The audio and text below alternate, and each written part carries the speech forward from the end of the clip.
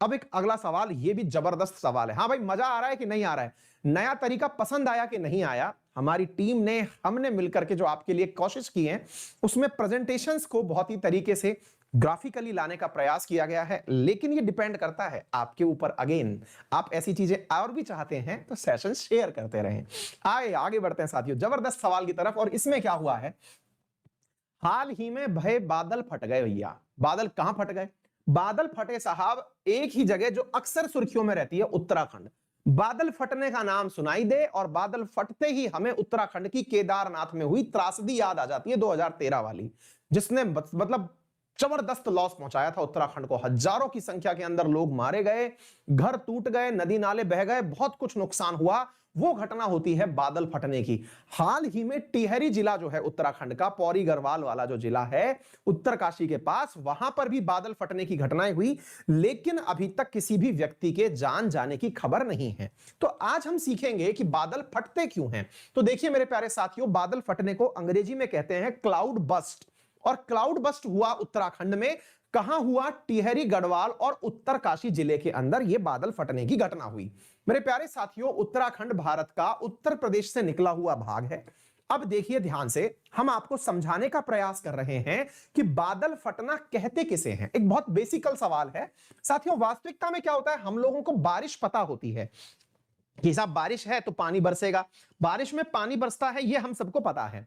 बारिश में पानी बरसता है, क्लाउड बस्ट में क्या आग बरसती है क्या? नहीं भाई, यहां पर मेरे प्यारे साथियों, यहां पर भी पानी ही बरसता है। और ये जो पानी बरस रहा है, इन दोनों में थोड़ा सा अंतर है। क्या साथियों? ये सामान्यतया बारिश जो है वो दिन भर में, मतलब थोड़ी बहुत पानी की बारिश हुई, 10 mm की 10 mm की बरसात हो गई दिन भर में, 5 mm बरसात हो गई। क्लाउड बस्ट के सिचुएशन में क्या होता है साथियों कि 100 mm से अधिक बरसात 1 घंटे में हो जाती है। कितने से अधिक? 100 mm से अधिक, मिलीमीटर से अधिक बरसात 1 घंटे के अंदर हो जाती है। आप पूछेंगे सर नापते कैसे हो आप इस चीज को?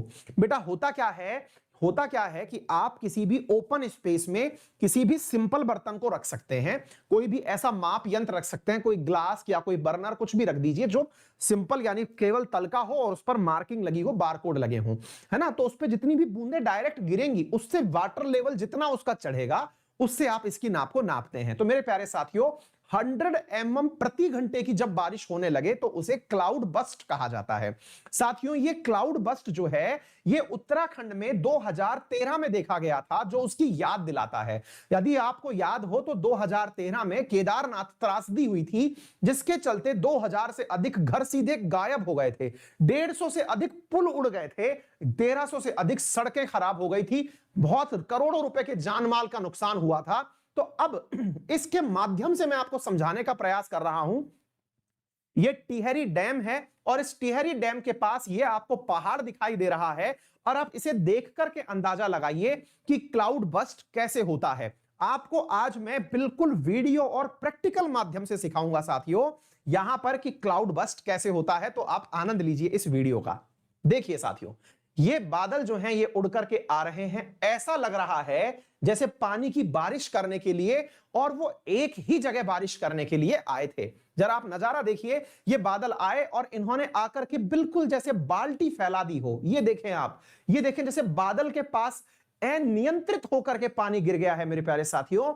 मतलब ये ले जा रहा था और लग रहा है कि जिस थैली में पानी ले जा रहा था वो थैली फट गई है। आप जरा इस वीडियो को देखें और अंदाजा लगाएं साथियों कि यहां पर मतलब पानी इस प्रकार से गिर रहा है। ये देखिए आप कि जैसे किसी बैग में भर करके पानी ले जाया जा रहा था और वो बैग फट गया है। ऐसा नजारा देखने को मिलता है मेरे प्यारे साथियों। कहां पर? क्लाउड बस्ट के अंदर। उम्मीद है आज आप पहली बार प्रैक्टिकल तौर पर यह देख रहे होंगे कि क्लाउड बस्ट आफ्टर ऑल होता क्या है। अगर आपने यह पहली बार देखा है तो इसी नाम पर सेशन को शेयर और लाइक करना मत भूलिएगा, है ना। तो चलिए, तो मैं आपको बता रहा हूं मेरे प्यारे साथियों कि उत्तराखंड में ऐसा ही हुआ है। यदि अभी रिसेंट डेज में आपको याद हो तो उत्तराखंड के अंदर ग्लेशियर टूटने की, मतलब उत्तराखंड के साथ त्रासदियां जो हैं वो पीछा नहीं छोड़ रही हैं साथियों। आपको मालूम होगा चमोली के अंदर कुछ दिन पहले जो ऋषिगंगा नदी के, ऋषिगंगा जो बैराज बन रहा है उसके पास में एक घटना हुई, उसके बाद सुमोनी करके एक जगह है वहां ग्लेशियर टूट गया। अभी रिसेंटली मेरे प्यारे साथियों यहां पर क्या हुआ है, तो यहां पर रिसेंटली मेरे प्यारे साथियों पौड़ी गढ़वाल क्षेत्र के अंदर बादल फट गया है, लेकिन अभी मेरे प्यारे साथियों यहां पर भी किसी प्रकार के जानमाल के नुकसान की बात नहीं हुई है। अब एक बहुत लॉजिकल सवाल बनता है कि सर आफ्टर ऑल बादल फटते क्यों हैं, है ना? तो मेरे प्यारे साथियों आफ्टर ऑल बादल फटते क्यों हैं, अब इसका अंदाजा लगाते हैं। देखिए होता क्या है साथियों कि समुद्र से भाप बनती है, वो भाप ऊपर जानकर, देखिए सूर्य के प्रकाश की गर्मी है, सूर्य के प्रकाश की गर्मी जो है उस गर्मी की वजह से जो समुद्र का पानी भाप बना है, वो भाप बन के क्या बन जाता है, बादल बन जाता है। वो बादल जो हैं वो धीरे धीरे बहने लगते हैं, और जब वो बादल धीरे धीरे हवा के साथ चलने लगते हैं, सिंपल है, सामने अधिक मात्रा में क्या आ गया, पहाड़ आ गया। मान लीजिए कहीं यहां पर मतलब ये बादल उड़ते हुए जा रहे थे, और उड़ते उड़ते अचानक उनको कौन दिख गया, पर्वत दिख गया।